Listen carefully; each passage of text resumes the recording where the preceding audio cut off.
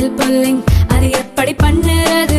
காலையில் எழுந்ததும் எதுவும் சாப்பிடாமல் இதயம் வளர்த்தை வாயில ஊத்தி நல்லா கொப்பளிக்கணும், அப்புறம் அதை துப்பிடணும்.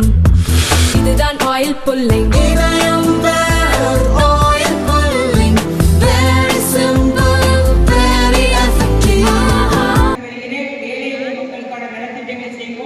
மத வேறுபாடு, ஜாதி வேறுபாடு, ஆதிக்க சக்திகளுக்கு இங்கே இடமில்லை என்ற முறையிலே நம்முடைய முதலமைச்சர் அவர்கள் திட்டம் தீட்டி நடைபெற்று வருகிறார்கள்.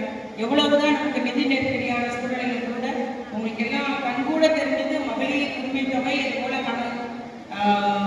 காலை உணவு திட்டம், புதுமைப்பெண் திட்டம், தமிழ் முதல்வர் திட்டம், அது போல கிராமப்புற மக்களுக்காக கலைஞர் கனவு இல்லம் என்ற ஒரு வீடுக்கு வீடுகள் கட்டிக் கொடுக்கப்படுகிறது.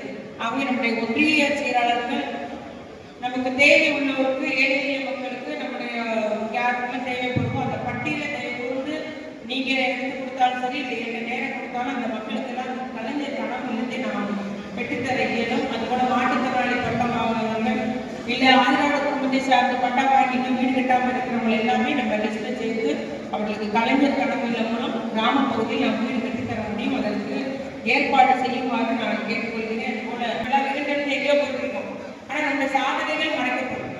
ஆகவே நம்முடைய எதிர்கட்சிகளை நிச்சயமா இன்னும் 10 மாசம் நமக்கு நம்முடைய அரசை பற்றி, நம்முடைய தளபதியாரை பற்றி இல்லாத பொருளாக சொல்றாங்க. அதனால உண்மை அறிஞ்சு சொல்றதுக்கே ஒரு பிரிவு அரசுல இருக்கு, தமிழ்நாடு அரசு வச்சிருக்கிறாங்க.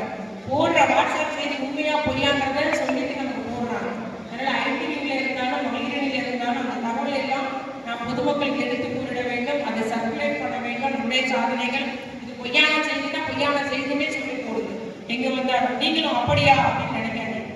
அதனால இல்லாத பொருளாக சொல்லிட்டு தான் இருக்கிறாங்க. நமக்கு முதலமைச்சர் பேர திமுக பேர்ல கெட்ட பேர் உண்டாக்குறதுக்காக சொல்றாங்க. நாம் எதையும் அதை நம்பிவிட வேண்டாம் என்று குறிக்கொள்ள விரும்புகிறேன். அது போல தமிழ்நாட்டுக்கு தானே இந்த வாழ்த்துப்பாவே இருக்கு. தமிழ்தாய் வாழ்த்து தந்தெல்லாம் நம்முடைய முதலமைச்சர் கலைஞர்கள் திரு மனோன்மணி சுசர்ணா பிள்ளையார் அவருடைய பாடலே நமக்கு வாழ்த்துப்பாக தந்தாரு. நம்ம எல்லா நிகழ்ச்சி தொடரும் போதும் தமிழ்தாய் வாழ்த்து பாடிட்டு கொடுக்கிறோம். வேற யாருக்கும் இது கிடையாது. ஏன்னா நமக்குன்னு ஒரு பெருமை உண்டு.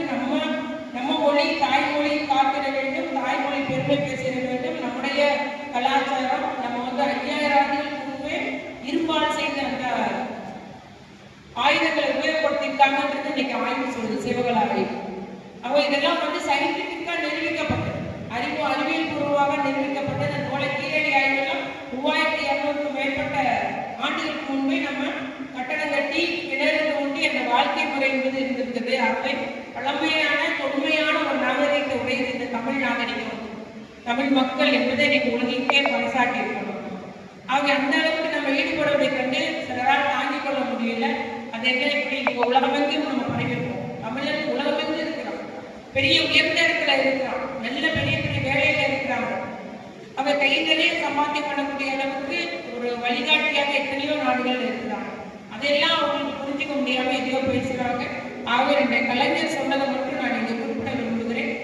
நம்முடைய கலைஞர் அவர்கள் புதிய கல்விக் கொள்கை என்ற மத யானை தமிழகத்திற்கு புகுந்து கல்வியில் சிறந்த தமிழ்நாட்டை நாசப்படுத்திடவோ, காலங்காலமாக நாம் போட்டி வரும் சமூக நீதி மற்றும் சமூக நீதி கொள்கைகளுக்கு கேடு ஏற்படுத்திடவோ அனுமதிக்க கூடாது, வருமுன் காப்பதே அறிவிடவே என்று இப்படி ஒரு கல்விக் கொள்கை வரப்போகுதுன்னு சொல்லிட்டு 2016ஆம் ஆண்டு ஜூலை மாதம் 23ஆம் தேதி நம்முடைய தலைவர் அவர்கள் அறிக்கை கொடுத்திருக்கிறார். ஆகவே இந்த கல்விக் கொள்கை அவங்க கொண்டு வர்றதே தமிழை அடித்திட வேண்டும் என்பதுதான், நம்முடைய தாய்மொழியாம் தமிழை அடித்திட வேண்டும் என்பதுதான். ஏன்னா நல்லா யோசிச்சு பாருங்க, வட இந்தியாவில் எவனாலும் மராத்தி பேசுறானா, பீகாரி பேசுறானா, ராஜஸ்தானி மொழி பேசுறானா கிடையாது, ஹிந்தி மட்டும்தான் இருக்கு. அவங்களுடைய தாய்மொழி எல்லாம் அழிந்து போயிருக்கு. ஆகவே நம்முடைய இனத்தை அழிக்கணும் அவங்களுடைய தாய்மொழியை அழிக்கணும்னு ஒரு அறிவை சொல்லியிருக்கணும்.